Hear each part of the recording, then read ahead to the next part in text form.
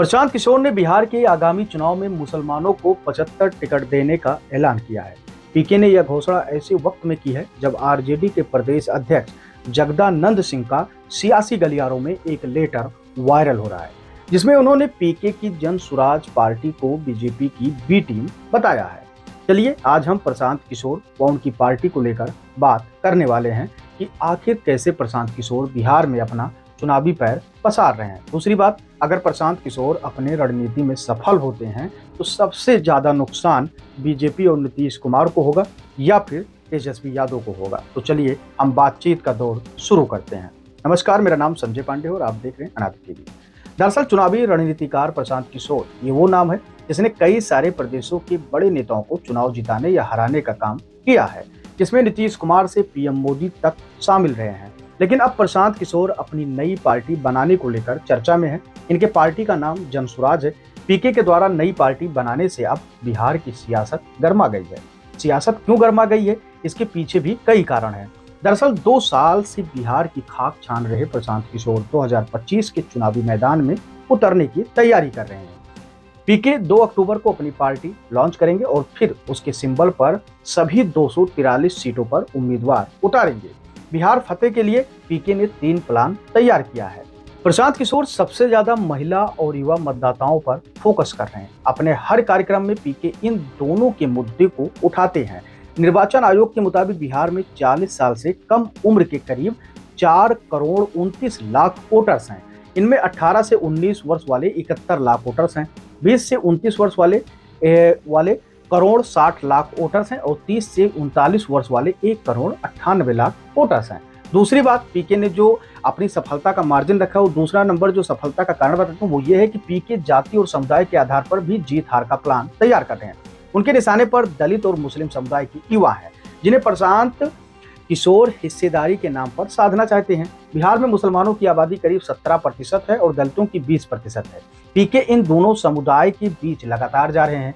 हाल ही में दिल्ली की जामिया नगर में उन्होंने मुसलमानों को लेकर एक कार्यक्रम भी किया था। तीसरी चीज ये है कि पीके उन मतदाताओं पर विशेष रूप से फोकस कर रहे हैं जो एनडीए से नाराज तो हैं लेकिन आरजेडी को वोट नहीं देना चाहते हैं। इन मतदाताओं को साथ कर प्रशांत किशोर बिहार में खुद को तीसरी धुरी बनाने की कवायद में जुटे हुए हैं। आइए बात करते हैं कि आखिर प्रशांत किशोर के चुनाव लड़ने की वजह से किस पार्टी को सबसे ज्यादा बिहार में नुकसान का सामना करना पड़ेगा। वो कौन सा नेता होगा, कौन सी पार्टी होगी, वो कौन से चेहरे होंगे जिनके प्रशांत किशोर के आने से बिहार की सियासत में हलचल मच सकती है और उनको सबसे बड़ा नुकसान का सामना करना पड़ सकता है। देखिए ये खास रिपोर्ट। पीके के ऐलान से तेजस्वी की राह में रोड़ा। इसके पहले असदुद्दीन ओवैसी भी बिहार में कर चुके हैं खेला। पीके की राह पर आएंगे मुसलमान या फिर तेजस्वी के साथ निभाएंगे यारी। बिहार चुनाव में अभी साल भर का वक्त है, लेकिन प्रदेश में सियासी हलचल तेज हो गई है। दरअसल प्रशांत किशोर ने बिहार के आगामी चुनाव में मुसलमानों को 75 टिकट देने का ऐलान किया है।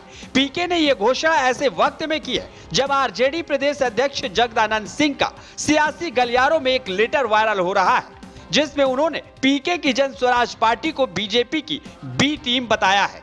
वजह यह है कि आरजेडी को लग गया है कि पीके अपनी चुनावी रणनीति दलित और मुस्लिम मतदाताओं के इर्द गिर्द बना रहे हैं, जिन पर अभी तक आरजेडी का अब तक कब्जा रहा है।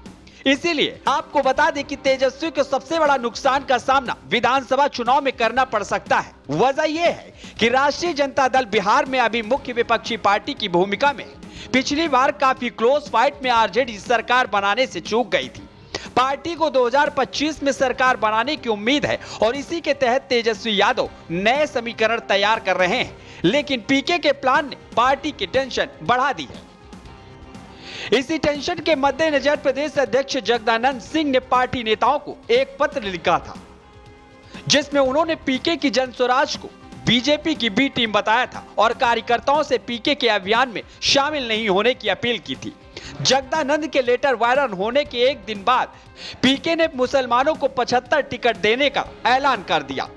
पीके का यह ऐलान तेजस्वी की राह में रोड़े की तरह है। सीएसडीएस के मुताबिक हालिया लोकसभा चुनाव में महागठबंधन के पक्ष में 87% मुसलमानों ने मतदान किया है। वहीं महागठबंधन को यादवों के सिर्फ 73% ही मत मिले। बिहार में यादव और मुस्लिम आरजेडी का कोर वोटर्स माना जाता है। पीके के ऐलान से तेजस्वी के 2 स्तर पर मुश्किलें बढ़ सकती हैं। नंबर 1, टिकट बंटवारे में मुसलमानों को इग्नोर नहीं कर पाएगी। हालिया लोकसभा चुनाव में आरजेडी ने सिर्फ 2 मुसलमानों को टिकट दिया था, जबकि पार्टी की तरफ से 8 यादवों को उम्मीदवार बनाया गया था।